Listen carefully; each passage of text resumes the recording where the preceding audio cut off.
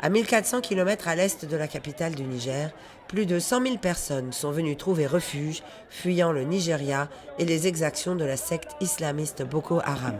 3 camps vont être prochainement créés pour faire face à un afflux qui s'accélère depuis septembre, alors que la secte se rapproche de la frontière. Gagamari est un camp d'accueil provisoire où sont rassemblées près de 13 000 personnes, arrivées depuis l'attaque il y a 3 semaines de la ville de Damasak, à 30 km à l'intérieur du Nigeria. Pendant notre tournage, un mari retrouve sa femme, un père, Bono El Hadj Zakaria, sa fille Zara, 27 ans, retenue prisonnière depuis l'attaque. Naga mota da tuta Allahu akbar na waya haka naga mota kawai suka bude mana wuta pau pau pau pau shikenan na lalaba na gudu luye ne tuluye ya walla dusa turo karaye luye ne ya jasanincha ni kan mai ruwa kwa turo.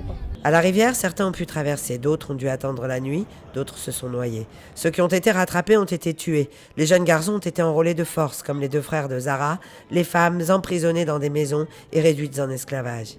Beaucoup de déplacés, nigériens ou nigérians, trouvent refuge chez des parents. C'est le cas de ces 3 enfants, encore vêtus de l'uniforme de l'école qu'ils portaient le jour de l'attaque. Ils n'ont pas revu leur mère depuis lors.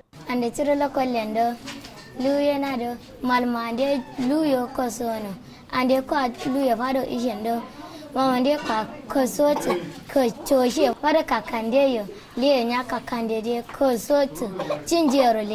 rive sud de la Komadougou, dans le département de Bosso, est désormais tenue par Boko Haram, qui a planté fièrement son drapeau.